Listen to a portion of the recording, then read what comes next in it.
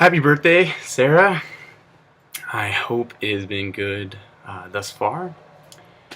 And as I promised, today is the final day for my 4 axioms of. Where'd it go? There it is. You can tell I'm moving out of my apartment. The 4 axioms of running such life. Today is the final one, and one that I think is the most important. Just because it is so critical in your enjoyment of the sport and your, I guess, your happiness in anything. It just has to be found. So, your birthday, and there is fun in the sport, you just have to find it. I quoted it only because it is something I've been saying for a while, primarily to Dawson. When he started training by himself when I went off to college, it was important for him to understand that though his running partners were gone, Zach, Polker, and myself, that he would have to adjust accordingly. And that to do that and to run fast, he'd still have to have fun. That is the most important thing about this sport. You must be enjoying your time, having fun, doing things you like to do, and have just a positive outlook on the whole thing. When that fades, this sport is a beast, and it swallow you alive. In terms of the, I guess the meaning of it, is that past all the stuff that clouds this sport, all the highs, the lows, the good things, the bad things, it all boils down to how you react to them. This sport can do great things and it can do terrible things to people. I've seen both, and I'd like to think that the good things are headed your way, and sometimes they're hard to see, and you have to take the good with the bad. And that's the purpose of this quote, is simply just to have fun, but make sure that in your process of getting better and improving and being more, I guess, intimate with the sport, that you're enjoying it, and that you're keeping good spirits alive, and that you're helping your teammates, because as you progress, I'm sure you'll be a captain one day, and it'll be your responsibility as a captain to ensure that your students or trainees, so to speak, learn as much as you have over the course of your career, however long that lasts, however long you want it to. This quote helped Dawson, I think, in his endeavors the last year. He had difficulties with injury, and that's part of it. You must be able to find the light in the dark, and that's the purpose of this quote. My coach used to say when we were on the track that you had to have fun in order to run fast. And when I was younger, it didn't make sense. I was like, how is it fun to, cause my body just this immense agony, and how am I supposed to enjoy it every day? And that kind of boils down to the first thing we talked about, the first axiom, when it came to enjoyment versus excitement. This fits in that category, but on a very large scale, because it's daily. It's a daily routine to find the fun, find the purpose every single day of why you want to do this and why you want to embark on this journey.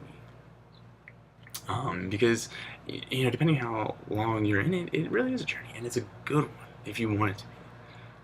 You have your friends there, you have your coach helping you out, and my coach, to me, we got very close, and he became a very good friend of mine. And when he said something, I made sure to listen. So he had his point to have fun and to do and to mix it up. We played running games. I know that's just a foreign concept, but they do exist, and those were the funnest things ever. Races between you and other people, and end of the workout kind of blow out, do something as fast as you could, and race the other person. A lot of people don't like the idea of racing in practice, and sometimes it's okay. Sometimes it's, as long as it's friendly, the competition is healthy. And I just think back on memories between Zach, myself, and Dawson, and we used to do it all the time, especially under my coach, because the coach at Lafayette would, his name was Drew Mearns, would combine talents in terms of athletes. He would, have me under his wing. He'd have Zach, Dawson, Curtis Steck before he graduated, his son Colin, who was and still is quite the runner. It's so natural for them in that family. They all were really good. Dev and Tia, when they were there, and we would all train together. DJ Maniac, before he graduated, we would all train together, and he would bring us together and he thought the competition was healthy, but that we would grow together, and that to me was fun. I enjoyed that very much, and it was exciting to know that other people out there were suffering with me. I know that sounds odd as well, but that together we would achieve our goals and do the things we wanted to do. We'd have excellent careers wherever we went. It didn't have to be in running. It was just in life to search for the light, to find the fun in what you do.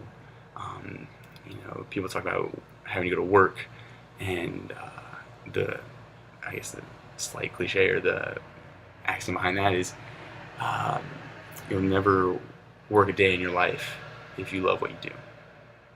So being able to find the fun and go at it every day and have a good time and learn to love it is what will really bring you along, will really facilitate your growth as a runner and as a human being.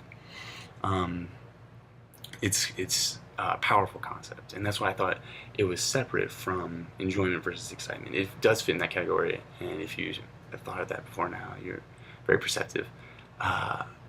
But it's on a broader scale, and I think it was important enough to convey to Dawson when I left, and important to convey to you as as your talents grow, you may find yourself ahead of the other people, and that's sometimes difficult because you're not sure how to train, how to work things out. If they can't do it, are you supposed to not be able to do it? It can be confusing. I definitely went through that process, but it's very healthy to know that as your talents do grow and as you get better, which I hope is easy and fun for you, that you still love it and that you still have fun doing it daily, even through the ups and downs, even through the difficulties that are sure to come.